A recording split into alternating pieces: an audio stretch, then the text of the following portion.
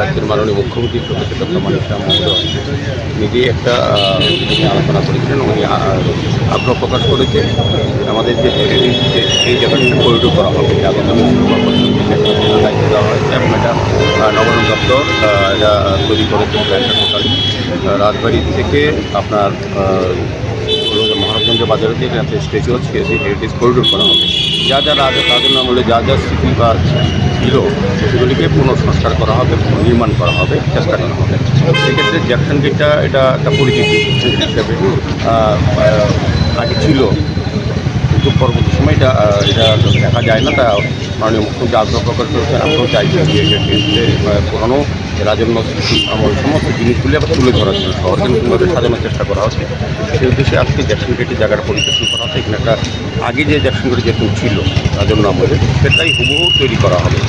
আমাদের নবায়ন দপ্তর থেকে এটার দায়িত্ব নেওয়া হয়েছে এবং আমাদের পৌর নিগম থেকে দায়িত্ব দেওয়া হয়েছে কাজটা দেখার জন্য। আমাদের পূর্ত দপ্তর এটা কাজটা করবে। সার্বিকভাবে এটা টেন্ডারে সব রেডি হয়েছে। আজকে জায়গাটা আমরা সিলেকশন করেছি এবং কিছুদিনের মধ্যে কাজ শুরু হবে। মাননীয় মুখ্যমন্ত্রীর হাত ধরে পুজো হবে, এটা আনুষ্ঠানিকভাবে কাজ শুরু হবে।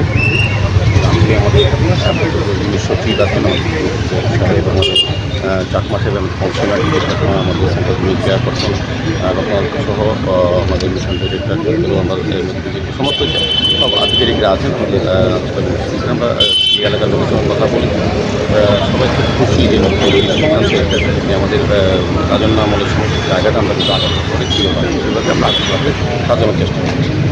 গেটটাতে তৈরি করা হবে উপর দিয়ে দাঁড়ানো বা কোনো সেলফি পয়েন্ট এরকম থাকবে কি উপরে যাওয়ার এই পাশ থেকে এই পাশ?